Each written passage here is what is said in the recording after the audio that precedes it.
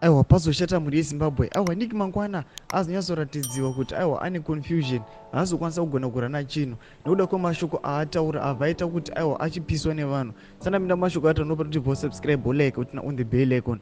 Anoyanyura achiti we have a multi-currency regime in Zimbabwe, therefore opponents should not be blackmailed to pay fees in only one currency. They should insist on paying fees in the currency of their choice.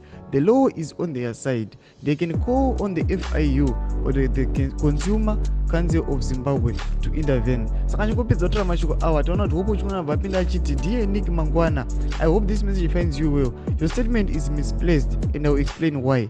If a school is a bus that uses fuel to move around, that school requires diesel, which can only be bought in US dollars at fuel station like Zua.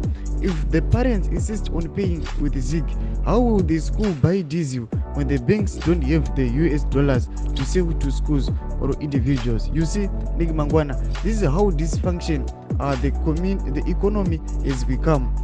You are forcing people to do what is impossible. Sandozvavachudza panapa nobochkonzvenzi aiwa mukomana mjaya hamuzokwanisa kurana economy. Ndimuri kuita kuti economy muri kuforsa economy kana kuti vanhu vaite zviri impossible zvisingakwanisi kuitika. Notoona kuti mashoko ake aiwa akukontradicta pamusoro penhau dzakataurwa naminister of primary and secondary vachiti aiwa maparents ese anofanira kubhadhara school fees in Zig, asi iye anouya achitaura kuno kuti there is a multi currency. Asi kunyange zvakadaro vamwe vabhadhara kuma US dollars vamwe vabhadhara kuma Zig, so long kuma fuel station fuel ichingotengeswa kuma US dollars hapana kwavari kuenda. Saka muri Zimbabwe chipotudze mafungiro enyu noti kudii pamusoro penhau iyi. Aiwa pinai comment section medu dzemafungiro enyu. Musangano subscribe, like, turn on the bell icon.